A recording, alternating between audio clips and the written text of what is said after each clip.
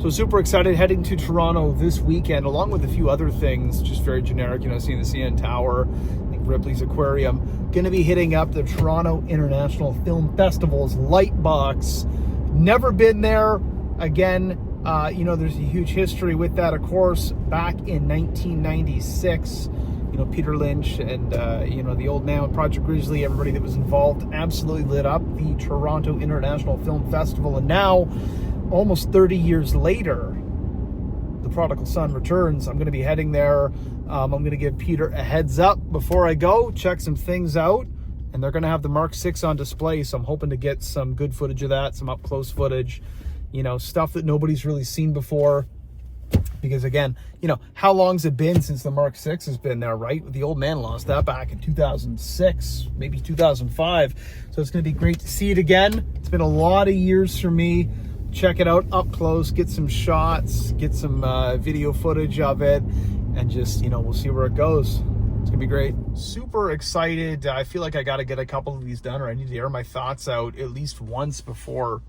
It's like I can kind of feel those emotions. I don't know what that means, but it's starting to hit me now. Early Saturday, I'm going to be heading there, doing some basic things. I will be bringing the kids, so my ability to videotape will be a little bit limited on the road there. But once I'm there and I go to the Lightbox, I'm hoping to get some more footage. I don't know what to expect. Like, I know it's just, it's the suit. I know it's just armor, but it holds so much, I guess, for me now that I'm tied up in the legacy. I guess for the family name, the movie, the legacy, it's going to be laid out. The Ursus Mark 6.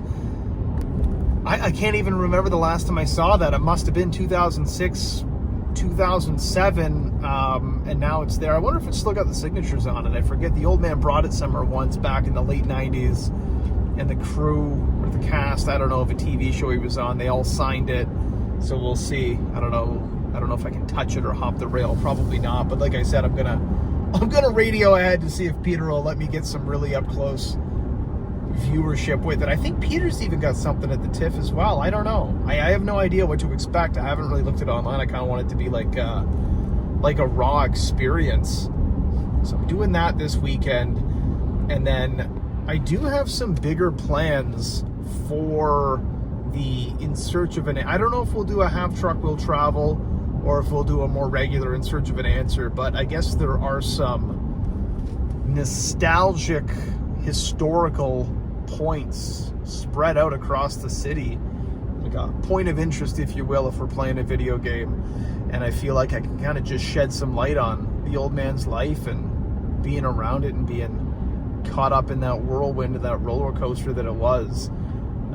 For anyone that's a fan of the old man or just wants to know more about the story, I think that there's going to be a lot in those videos, so very excited to start doing that. I want to make excuses. I'm going to make excuses. I've been busy this week. It's been 10 days since the last post. Been so much going on, most of it positive. But sometimes life takes over. Trying to follow up with these, it's tough. And I don't want to just put videos out there for the sake of putting them out there. I feel like I got caught up in that early on with Instagram.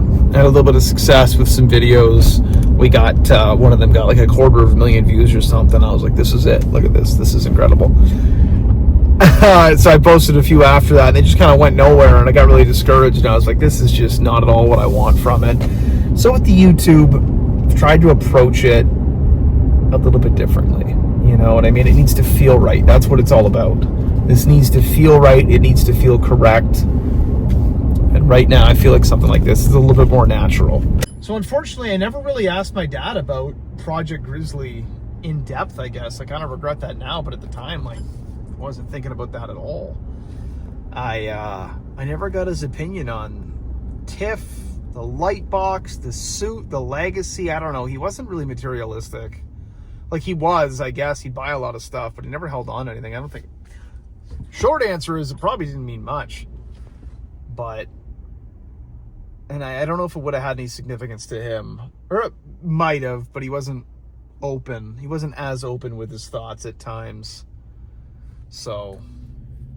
It's hard to say what the loss of the suit would have meant. You know, we lost the 6, the 7. I say we lost. We sold it. We sold the 6. Well, I say we. He sold the 6, sold the 7, sold the 8, tried to raffle the Trojan, but won it back. Oh, my God. Yeah, he was not afraid to just cannibalize everything he had to kind of fuel everything else. He was a madman like that. Pardon the clanging of metal. I've got some screws and stuff in the truck from before, so this whole video, you're just going to be hearing that slamming around. I don't know. I probably won't make it too long. I just wanted to get a video out and explain something that was coming up that I messaged Peter a while ago and let him know that I was going to be in Toronto and that I was interested. And he's like, yeah, let me know when you're coming. And if I can make it happen, you know what I mean? We'll try and get something going at TIFF. So maybe I'll be able, I don't know. It's like a week's notice at this point. I'm going to message Peter. Maybe, I'll meet him there. Maybe he can call ahead, or maybe I'll just be walking in. But either way, I think that's going to be a huge, huge moment for me, because I'm very sentimental. The old man wasn't. He didn't hold on to anything. But I'm sentimental. To be able to see that 30 years later, I got a history with that suit. I want it back. I don't think they're going to give it to me. And if I steal it, they probably won't be very happy. So I'm going to have to avoid that. So, you know, if I stop posting for a while. No, but I think it'll mean something, though. And maybe that's the huge difference, is the things never meant anything to him. Or at least, I don't think they did. It never felt like they did. It was always so easy for him to get rid of things. But maybe that was some type of trauma, I would assume. It's the police! They heard me. They're not coming for me. Hopefully not. Okay, it's an ambulance. Destroyed my train of thought. It's gone. Hopefully that person's okay. Sentimental value, things like that, materials. Guy got rid of everything, man. Got rid of everything. And it would always be when he was... So you got to look at it like this. When the old man would make his money, you could look at it as if he was like a contract worker or something like that, right? He would go make a larger sum of money, usually at once or spread out over the course of several months. And then, you know, that could be like 50 grand, right? Like, that's good money. But if that's all you're going to make for the year, you've got to budget that. He never budgeted, right? So he would get a chunk of money. It would be trips and vacations and TVs and this and that and just everything that you could possibly imagine. And he'd run through it like that. The man loved spending money. It didn't even matter on who or what, just so long as the money got spent. I feel like I actually inherited that, because I love spending money. Probably too much. In fact, I definitely got that from him. It's not good. I spend a lot of money. My fiance is happy. She's very happy, because usually she's the target of that. But my point being, he would run out of money. So how do you fix that issue if you have no money and you need money? Well, he'd always have things laying around. So we'll use the suit, we'll use the buckskin jacket from the movie, some knives, whatever. And he would sell those off as fast as he possibly could, just to get some capital back, to get the money flowing again, and then he would go fund the next adventure, or he'd just blow it all.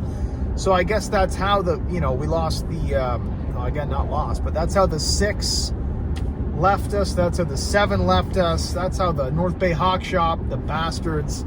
No, I met the owner, nice guy. Not their fault. That's how they got it. I don't think I'll ever be able to get that one back as well. They're pretty adamant about holding on to that suit. But you can visit it. Take a selfie in front of it. I'm not a fan of that suit. Anyway, we'll get back on track. But I guess that's how we lost all the things. So they clearly didn't mean as much to him as they do to me. You know what I mean? To be able to have those back, to just look at them like there's a legacy there. That's everything I'm doing. Oh, man.